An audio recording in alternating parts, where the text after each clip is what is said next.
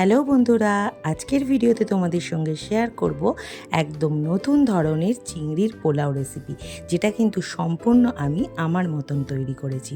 তো চলো ভিডিওটা শুরু করা যাক।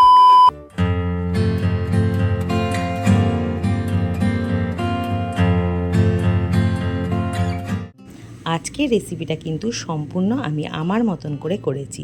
এটা কিন্তু চিংড়ির বিরিয়ানিও নয়, আবার চিংড়ির পোলাও নয়। এটা সম্পূর্ণ আমার মতে করেছি, সেটা রেসিপিটা দেখলেই তোমরা বুঝতে পারবে। তাই ভিডিওটা স্কিপ করো না, দেখো আর এই রকম করে একদিন ট্রাই করো, আশা করি তোমাদের ভালো লাগবে। তো দেখো, চালটাকে ভালো করে ধুয়ে আধ ঘন্টার জন্য ভিজিয়ে রেখেছি। আর এদিকে ছোটো ছোটো করে আলু কেটে নিয়েছি, নুন হলুদ মাখিয়ে রেখেছি, চিংড়ি মাছেও নুন হলুদ মাখিয়ে রেখেছি।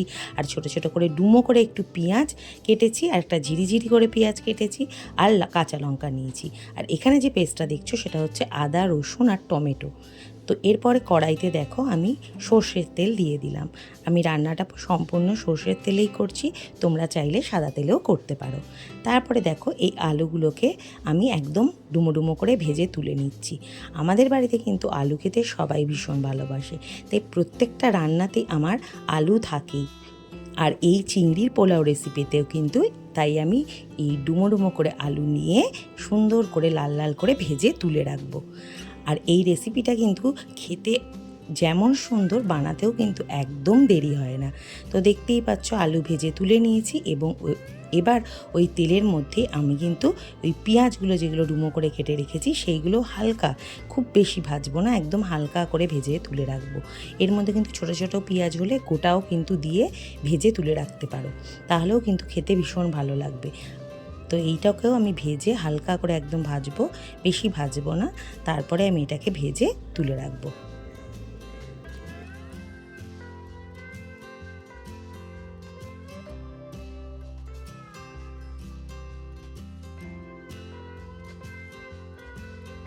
এরপর ওই তেলের মধ্যে আমি দিয়ে দিলাম চিংড়ি মাছগুলো। চিংড়ি মাছগুলো দিয়েও কিন্তু এটাকে ভেজে তুলে রাখবো। আর তোমরা জানোই যে চিংড়ি মাছ কিন্তু খুব বেশি ভাজার প্রয়োজন হয় না, তো এটাকেও আমি মোটামুটি ভেজে তুলে রেখে দেবো। তো যত বেশি পরিমাণ চিংড়ি মাছ দেবে তোমার পোলাওটা কিন্তু খেতে তত বেশি টেস্ট হবে। তো এখানে আমার 200 মতন চিংড়ি মাছ ছিল।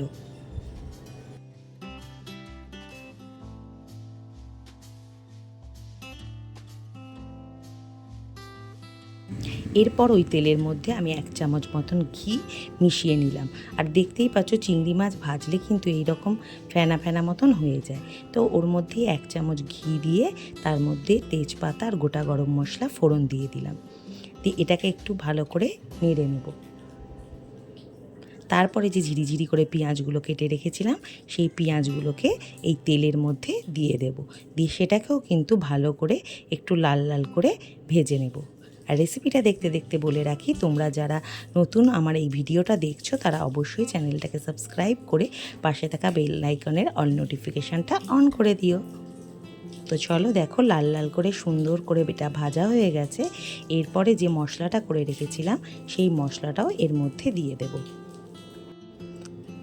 আর আগে থেকে তো আদা, পেঁয়াজ, রসুন, টমেটো পেস্ট করে রেখেছিলাম, তার মধ্যে এবার জিরে গুঁড়ো, ধনে গুঁড়ো আর একটু সামান্য লঙ্কার গুঁড়ো দিয়ে এর মধ্যে দিয়ে দেবো। আর পরিমাণ মতো নুন তো দিতেই হবে, সেইগুলোকে দিয়ে এবার ভালো করে এটাকে কষাবো।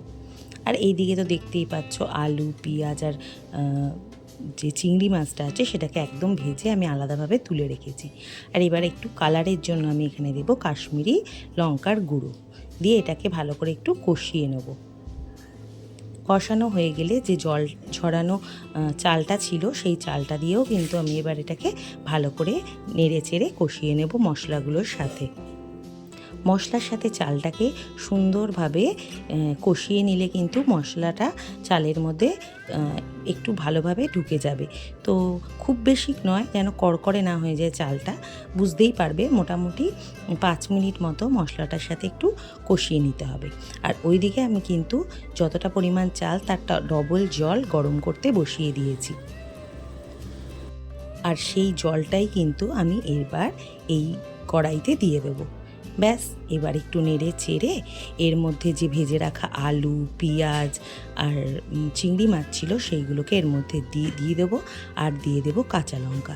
দিয়ে ভালো করে নেড়ে চেড়ে যদি আর কিছু নুনের দরকার হয় তো আর একটু নুন আর সামান্য চিনি দিয়ে এটাকে এবার ঢাকা দিয়ে রাখতে হবে 10 মিনিট মতন। একদম হবে মানে গ্যাসটা যেন একদম লো ফ্লেমে থাকে। তো দিয়ে এটাকে এরকম করে ঢাকা দিয়ে রাখতে হবে।